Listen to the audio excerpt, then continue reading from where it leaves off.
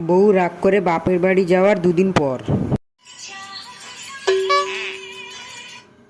Hello, বলছি শোনো না, জানো ভুলটা আমারই ছিল।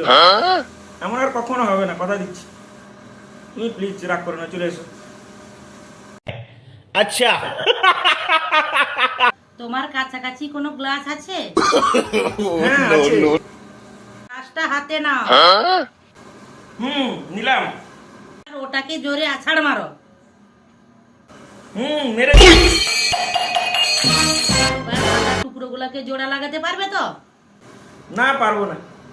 গ্লাসটা তো ভাঙেইনি, ওটা তো স্টিলের গ্লাস ছিল। বাবার কোথাকার, তোমাকে আর মানুষ করতে পারলাম না। বিকেলে এসে বাড়ি নিয়ে যেও।